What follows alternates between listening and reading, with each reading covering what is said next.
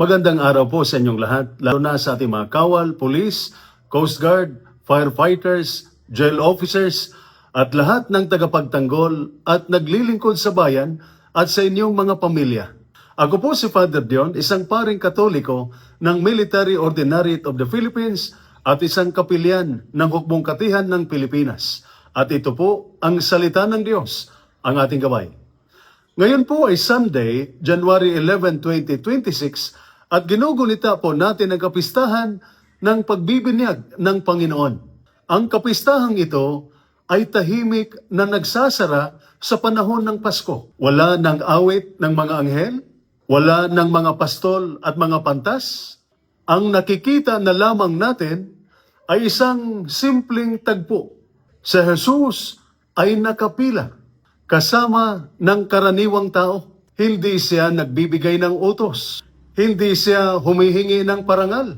Pinili niyang tumayo kung saan tayo nakatayo.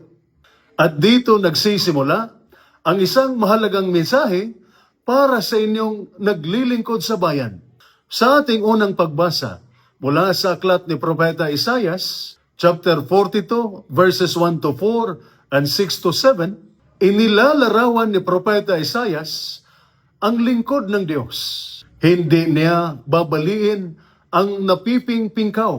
Ibig sabihin, hindi marahas ang Diyos.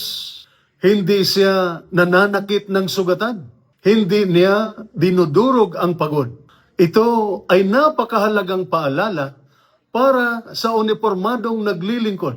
Marami sa inyo ang napapagod sa katahimikan. May mga sugat na hindi nakikita. May bigat na hindi pwedeng ipakita dahil inaasahang matatag palagi. Sinasabi ng salita ng Diyos sa araw na ito, hindi ka babaliin ng Diyos. Palalakasin ka niya. Hindi niya dinodorog ang napagod, pinapalakas niya ito. Sa ating ikalawang pagbasa mula sa aklat ng mga gawa, chapter 10, verses 34 to 38, sinasabi ni San Pedro, si Jesus ay naglibot na gumagawa ng mabuti at nagpapagaling. Ibig sabihin, hindi siya naghari sa pamamagitan ng takot. Hindi siya nang api. Naglingkod siya. Tahimik, totoo, at may malasakit. Ito ang misyon na pamilyar sa inyo. Magprotekta ng buhay, tumutugon sa sakuna, magbantay habang natutulog ang iba, magsakripisyo kahit walang nakakakita. Ipinapaalala sa atin ng pagbasa, ang kapangyarihan ng Diyos ay hindi pananakot, kundi paglilingkod. Sa ating ebanghelyo, mula sa ebanghelyo ni San Mateo, chapter 3, verses 13 to 17, pagkatapos mabinyagan si Jesus, bumukas ang langit at sinabi ng Diyos, ikaw ang aking minamahal na anak. Pansinin ninyo ito. Hindi pa gumagawa ng himala si Jesus. Hindi pa siya nangangaral. Hindi pa siya kinikilala ng marami. At gayon pa man, sinasabi na ng Diyos, minamahal kita. Ito ang mensaheng dapat marinig ng bawat unipormadong tagapaglingkod. Hindi ka mahal ng Diyos dahil sa ranggo mo. Hindi dahil sa medalya mo. Hindi dahil sa maraming misyon na natapos mo. Minamahal ka ng Diyos bago ang lahat ng iyan. Kapag naalala ito, humuhupa ang takot. Gumagaan ang bigat ng responsibilidad. Hindi ka winawasak ng pagkakamali at pagkukulang. Ikaw ay anak ng Diyos. Bago ka maging kawal, police, coast guard, firefighter, jail officer, o tagapagtanggol ng bayan.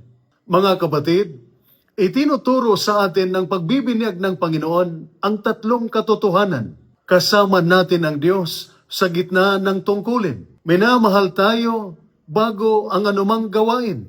Isinusugo tayo upang maglingkod ng may konsensya at malasakit.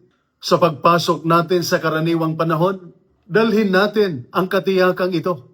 Hindi tayo tinawag upang maging perpekto, kundi upang maging tapat, makatao, at may pananampalataya. Dahil kapag alam mong ikaw ay minamahal, nagiging matatag ang loob, nagiging malinaw ang konsensya, at nagiging makabuluhan ang paglilingkod. Ito po ang salita ng Diyos, ang ating gabay.